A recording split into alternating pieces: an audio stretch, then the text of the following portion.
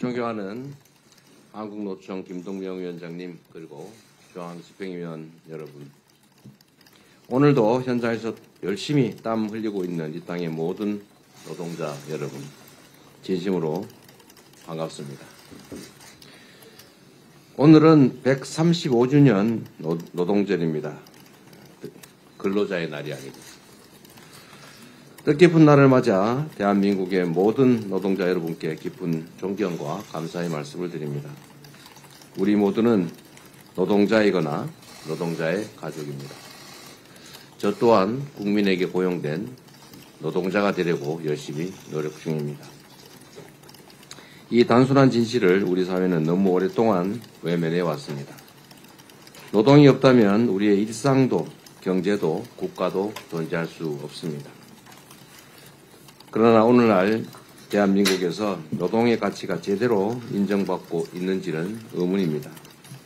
노동자들의 헌신은 충분히 존중받고 있는지 역시 의문입니다. 참으로 안타까운 현실입니다. 지난 3년간 대한민국의 노동 현실은 급속도로 퇴행했습니다. 노동자들의 권리는 축소됐고 산업 현장의 안전은 위협받고 있습니다. 노사분규는 사실 더 증가했고 임금체불은 역대 최대를 기록하고 있습니다. 정규직과 비정규직의 임금 격차가 더 확대됐고 여전히 많은 노동자들이 일터에서 안전사고로 목숨을 잃고 있습니다. 이는 우리 모두의 실패입니다. 지난 대선 패배가 더욱 뼈아픈 이유이기도 합니다. 한국노총은 더불어민주당과 오랜 시간 함께 연대의 손을 잡아왔습니다. 특히 지난 내란의 겨울부터 이번 탄핵의 봄까지 국민과 함께 광장을 지키며 대한민국의 민주주의와 정의를 바로 세우는데 중추적인 역할을 해주셨습니다. 내란을 완전히 종식하고 노동자의 권리를 확대하고 다시는 뒤로 가지 않는 진정한 대한민국을 향해 함께 해주신 뜻으로 믿습니다. 오늘의 정책 협약식은 우리의 연대와 협력을 단순한 말이 아닌 구체적 현실로 바꿔나가는 첫걸음이 될 것입니다. 세계에서 가장 오래 일하는 대한민국 노동자들의 노동시간을 줄이고 차별과 사각지대 없이 보호받고 산업전환과 기후위기 속에서도 새로운 기회를 찾을 수 있도록 저와 더불어민주당이 힘쓰겠습니다. 미래사회의 노동은 단순한 생존을 위해 불가피하게 감수해야 되는 고역이 아니라 자기 실현을 위한 가치 있는 과정이 되어야 합니다. 노동이 존중받고 일하는 사람들이 주인공이 되는 그런 사회야말로 진짜 대한민국의 모습입니다. 차가운 겨울이 지나간 자리에 새로운 생명이 돋아나는 것처럼 대한민국에도 민주주의와 민생, 평화의 봄이 오고 있습니다. 그러나 진정한 봄은 노동자와 서민의 삶에 따뜻한 햇살이 비출 때 비로소 완성될 것입니다. 준비된 말씀을 마치기 전에 한두 가지 좀 추가로 말씀을 드리도록 하겠습니다. 우리 사회가 지나치게 양극단적입니다. 동전은 앞면도 있고 뒷면이 있습니다. 양지가 있으면 음지가 있습니다. 기업이 있어야 노동도 있고 노동이 있어야 기업이 있습니다. 그런데 어찌된 판인지 제가 노동자들을 만나면 반기업이라고 그러고 기업인들을 만나면 우클릭, 그 다음에 심하게는 쇼다 이렇게 얘기를 합니다. 기업이 없는 대한민국 경제가 살 수 있습니까? 노동이 없는 대한민국 기업이 있을 수 있습니까? 노동자들이 없는 세상이 어디 있습니까? 앞으로는 이런 정말 말도 안 되는 분열과 대결의 언어들을 좀 버리고 진정한 통합의 길로 나아가도록 노력하겠습니다. 노동자들이 잘 돼야 기업이 잘 됩니다. 기업이 잘 돼야 노동자들도 삶이 좋아집니다. 필요할 때는 협력하고 또 필요할 때는 싸우겠지요. 그러나 우리가 서로 망하자고 상대를 없애자고 싸우는 건 아니지 않습니까? 다 함께 잘 되자고 더 나은 세상 만들자고 더 좋은 기업 만들어서 우리 일자리도 더 튼실하게 만들자고 싸우는 것도 아닙니까? 그리고 정부는, 정치는 그 중간에서 그 양자를 다 포괄해야 되는 것입니다. 시어머니하고 며느리 사이에서 시어머니 앞에서는 시어머니 편들고 며느리 앞에 가서는 며느리 편들고 그럼 되겠어요? 그럼 가정부라 생기죠. 오바마가 그런 얘기를 했던 게 기억이 납니다. 노동자들이 단결을 강화해야 된다. 노조에 가입해라. 대통령이 돼서 그런 얘기를 하고 다녔어요. 저도 전적으로 공감합니다. 미국의 대공황이 왜 생겼습니까? 독점하다 생긴 거잖아요. 그 독점을 깨고 대공황을 이겨낸 여러 가지 장치들이 있지만 그 중에 하나가 노동자들의 단결권을 허용한 겁니다. 단체 배합권, 단체 행동권을 인정하고 노동자들을 보호해서 중산층으로 키워서 지금 미국에 50년 호황이 있었던 것이죠. 우리나라도 마찬가지 아니겠습니까? 지금 대한민국은 수직 계열화가 너무 심해서 이게 중소기업들, 이 소상공인들이 너무 힘듭니다. 이게 일종의 많이 개선되긴 했지만 일종의 기업들 간에도 착취 구조가 있다는 거 아니겠습니까? 단가 우려치기, 납품 단가 깎기, 기업 성과 가로채기. 요즘은 많이 없어지고는 있지만 지금까지 그게 대한민국 중소기업들의 사정을 어렵게 했습니다. 중소기업이 잘 돼야 중소기업에 고용된 노동자들의 삶도 좋아지죠. 그런데 중소기업들이 하도 수직 계열화돼가지고 영업 이익률도 낮고 경영 개선이 되면 어디 힘센 기업에 사실상 많이 뺏기다 보니까 경영 개선 노력을 하기보다는 로비에 힘쓴다는 것도 아닙니까? 이런 비정상을 정상으로 바꿔야죠. 그래서 중소기업이든 계열화된 기업들이든 그 기업들끼리도 단결권을 줘야 됩니다. 지금 공정거래법이 이걸 많이 차단을 하고 있는데 사실은 똑같은 큰 대기업의 여러 회사들이 납품을 한다. 그러면 그 집단 교섭을 할 수 있게 허용을 해줘야 될 것 아닙니까? 그런데 이게 힘이 너무 차이가 크니까 일방적으로 당하고 그게 기업 생태계, 경제 생태계를 망치는 것 아닙니까? 앞으로 한국노총이 조합원 300만 시대를 열기 바랍니다. 그게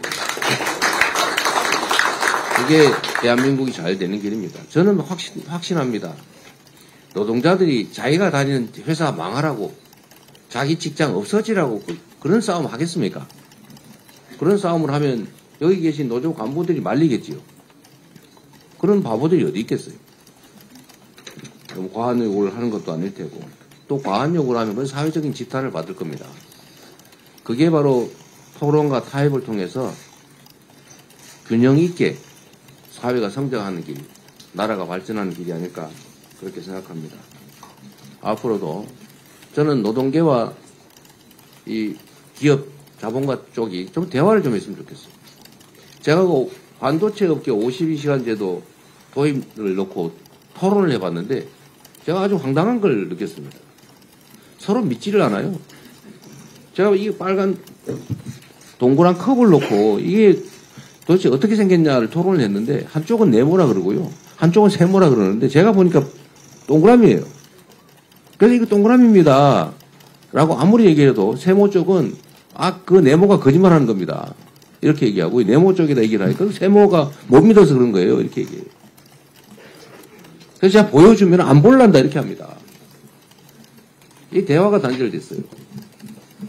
그래서 잠깐 어차피 이 얘기가 또 분명히 언론에서 문제될 거라서 한 말씀을 더 추가로 드리면 반도체 업계 그 52시간 연구직 있지 않습니까?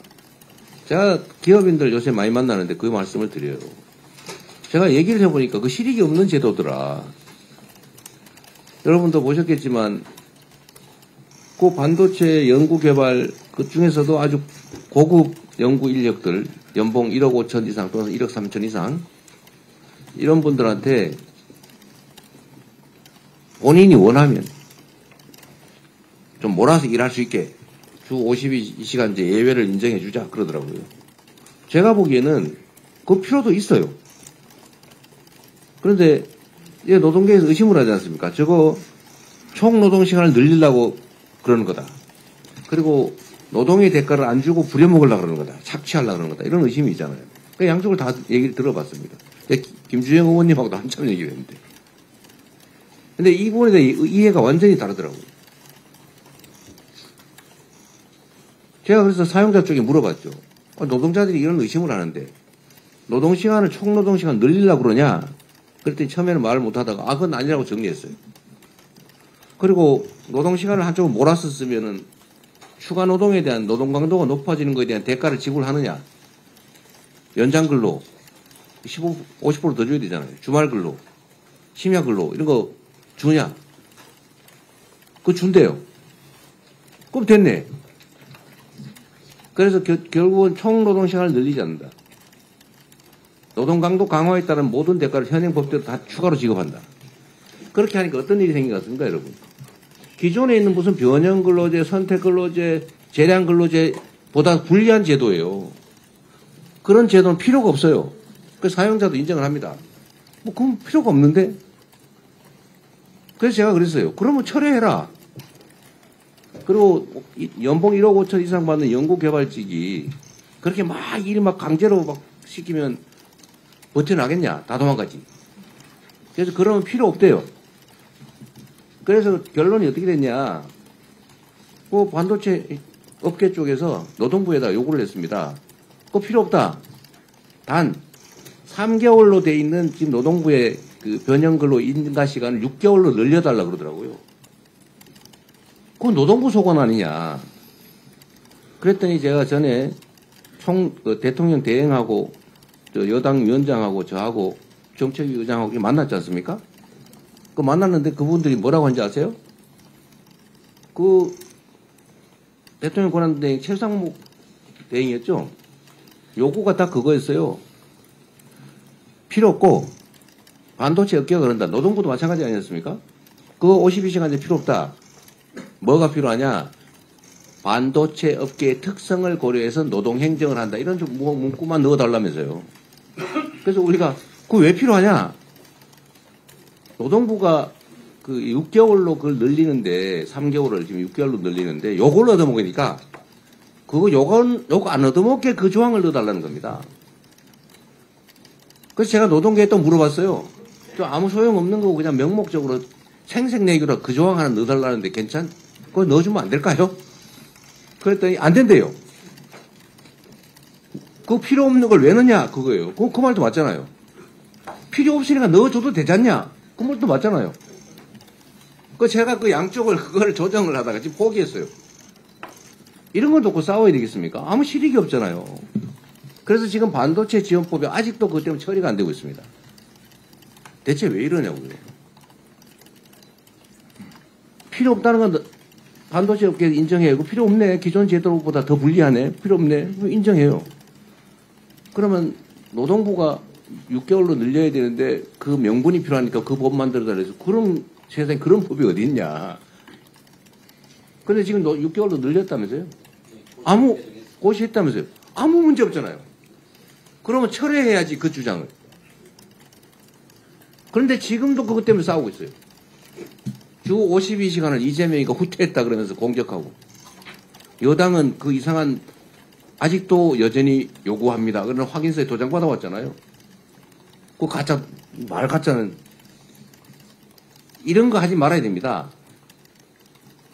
얼마나 세상이 급한데 예? 글로벌 반도체 경쟁 심각하다면서요. 지원해줘야 된다면서. 그런데 이 52시간 쓸데도 없는 이상한 예속 논쟁이라고 하죠. 이런 거를 3년상이 오르냐 1년상이 오르냐 뭐 상관있습니까? 백성들의 삶이. 앞으로는 그런 거 안 했으면 좋겠는데. 너무 많아지죠. 미안합니다. 광장에서 노래 부르다 나오는데. 네. 어쨌든 제가 답답해서 드린 말씀입니다. 오늘 저희가 이 노동 관련 정책 기획을 하고 나면 또 뭐라고 엄청나게 할 거라서 제가 미리 말씀드리는 거예요. 박수 한번 주세요. 앞으로는 우리가 노동 의제든 사회 갈등 의제에 대해서 터놓고 최소한 신뢰하면서 대화를 좀 하면 좋겠습니다. 그래서 필요한 합의를 해야 우리가 지금 이 어려운 상황을 타개해 나갈 수가 있어요. 이런 불필요한 것들을 가지고 정치적인 이유로 이념, 진영 가지고 싸우면 그 어느새 이 위기를 벗어나겠습니까? 우리 노동자 여러분들이 잘못이 있다는 얘기는 전혀 아닙니다. 우리 사회의 풍토를 말하는 거죠. 정치적 공격을 위해서 필요한 일들을 안 하는 공직자들이 공직을 이용해서 사적 이익, 집단적 이익, 정치적 이익을 챙기는 그런 일들이 좀 없었으면 좋겠습니다. 네. 말이 너무 길어 죄송합니다. 앞으로 우리 모두가 함께 사는 세상을 향해서 나아가야 됩니다. 노동자들도 존중받고 기업인들은 자유롭게 창의적인 기업 활동을 하고 세계적으로 우리 각 분야에서 대한민국이 선도적 위치를 차지하는 진정한 문화 강국으로, 경제 강국으로, 군사 안보 강국으로 나아가면 좋지 않겠습니까? 그런 나라 우리 노동자들과 손잡고 함께 만들면 좋겠습니다. 저를 지지해 주신다는 점에 대해서 진심으로 감사드리고 그 지지는 저 개인에 대한 지지가 아니라 진정으로 노동이 인정받는 그런 세상 만들자는 것 아니겠습니까? 여러분들의 기대를 어긋나지 않도록 최선을 다하겠다는 약속으로 오늘 사인을 하도록 하겠습니다. 고맙습니다. 앞을 향해. 잠깐만. 네. 역시 온갖 논쟁이 벌어질 거라서 한두 가지 말씀을 좀 정책 협약에 대해서 말씀을 좀 드리도록 하겠습니다. 정책 협약은 명확하게 정책 협약서와 공동 선언으로 구성되어 있다는 말씀을 드리고 뒤에 첨부되어 있는 이 뭐죠? 7대?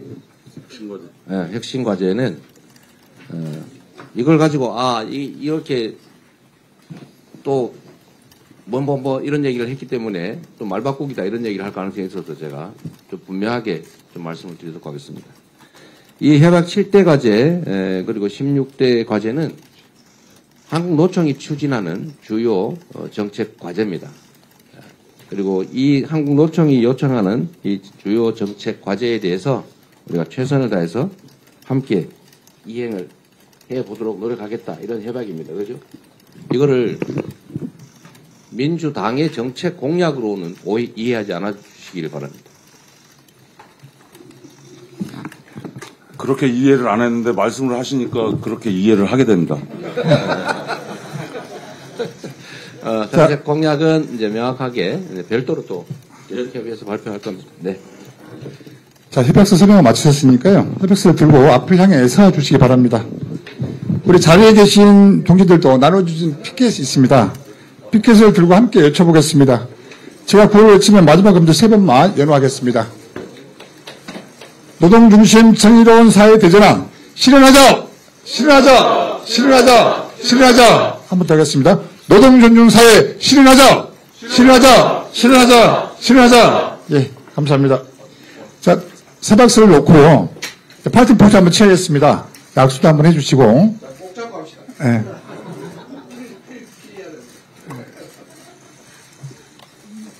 자, 다음 포즈로 두 손을 꼭 잡고 만세 한번 취해주시면 좋겠습니다.